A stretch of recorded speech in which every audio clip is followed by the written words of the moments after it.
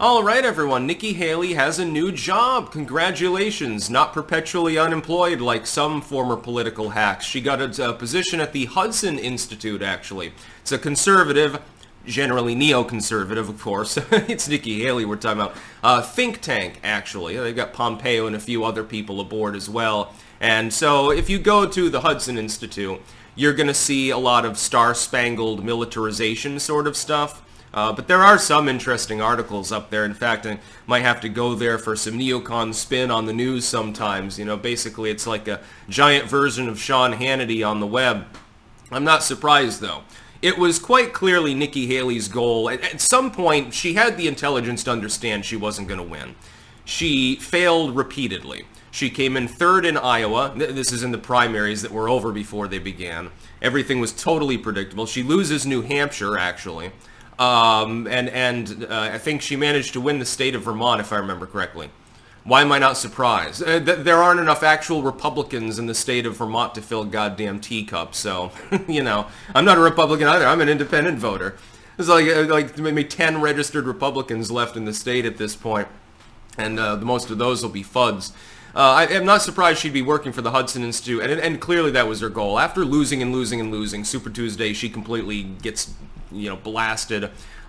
She still gets a few people voting for her later on, but the primaries are over. They've effectively, they don't exist anymore. Nobody reports on them. Nobody cares about them. Same on the Dem side. It's over. We know who the nominees will be.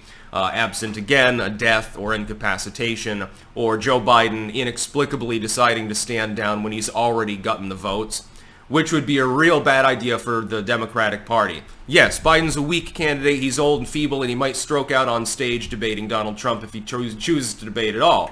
But somehow the alternatives are all worse. He's going to replace him. Gavin, yeah, that'll go over really well. Whitmer, I don't think so.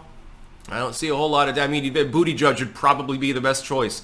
That's the tragic irony. The gay Dracula would probably be the best choice as a Dem candidate at this point. He was also the best choice the last time around and would have been able to win fairly by the time the election rolled around. Nikki Haley, though, is going to be doing the think tank thing. But I was thinking to myself, this has to be to get someone aboard with name recognition and a core fan base. So they're TDS sufferers, basically, with Nikki Haley.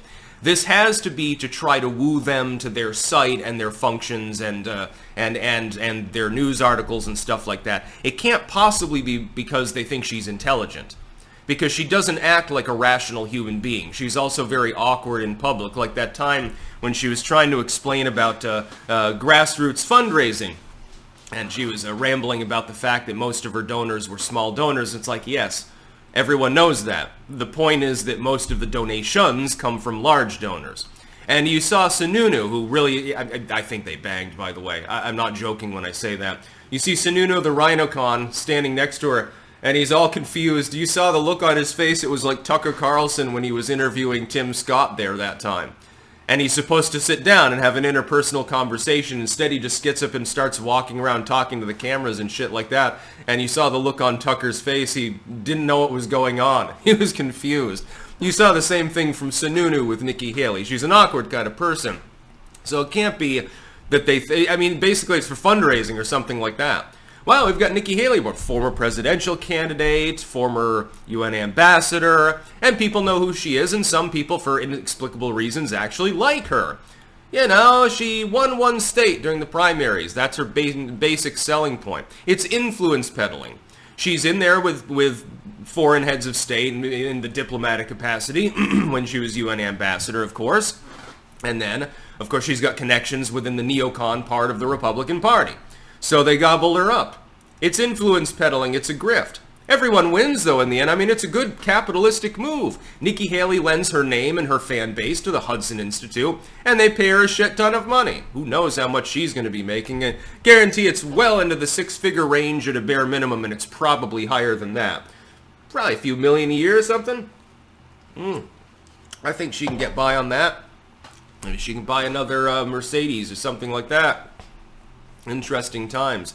But I mean, it is going to be a bunch of neocon stuff. I do look forward to seeing Nikki Haley writing a bunch of news articles up, though. I think that'll be very, very fun. There's some op-eds and stuff like that, because people sort of forgot she existed for a while there. But then, all of a sudden, she's back in the news yet again, despite literally being completely irrelevant for political purposes. That's about all. Peace out.